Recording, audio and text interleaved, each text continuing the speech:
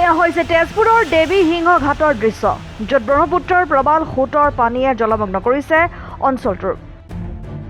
এয়া পানীৰ যি সোঁতৰ ঢৌ দেখিছে, এয়া হৈছে দেৱী সিংহ ঘাটৰ এখন ফিল্ড, য'ত ব্ৰহ্মপুত্ৰ নৈৰ প্ৰবাল সোঁতে ৰাইজৰ জিৰণি লোৱা আসনৰ লগতে বৃক্ষ ৰোপণ কৰা গছপুলিসমূহ পানীৰ তলত বুৰ গৈছে। ইতিমধ্যে বিস্তীৰ্ণ অঞ্চল পানীৰ তলত বুৰ গৈছে।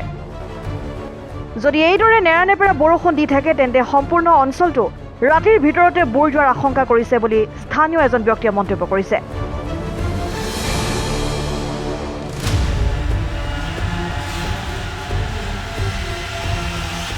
হয়, আচ্ছা, দেখিবলৈ পোৱা গৈছে এইটো দেৱীসিং ঘাটৰ অঞ্চল। এইটো হয়, দেৱীসিং ঘাটত ইয়াত চাৰিওদিশে জলমগ্ন হৈছে, বানপানীৰ সমস্যা হৈছে।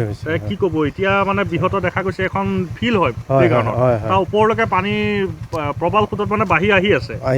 তো কি ক'ব এতিয়া? মানে ৰাতিৰ ভিতৰতো কিয় অঞ্চলটো ডুব যোৱাৰ আশংকা আছে নেকি বাৰু? ডুব যোৱা অঞ্চলটো এতিয়া পানীৰ বিষয়টো কেনেকৈ কোনো গেৰেণ্টিটো নাই।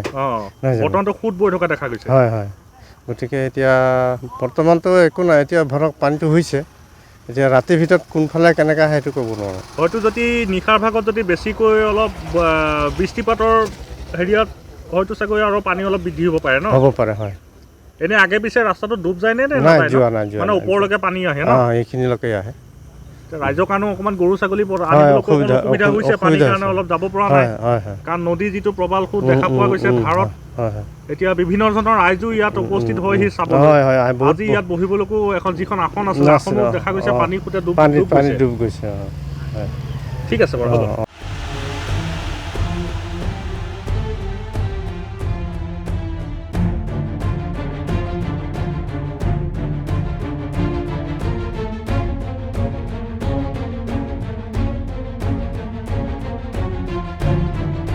তেজপুৰৰ পৰা বিশ্বজ্যোতি কলিতাৰ ৰিপৰ্ট, ডেমক্ৰেটিক আছাম।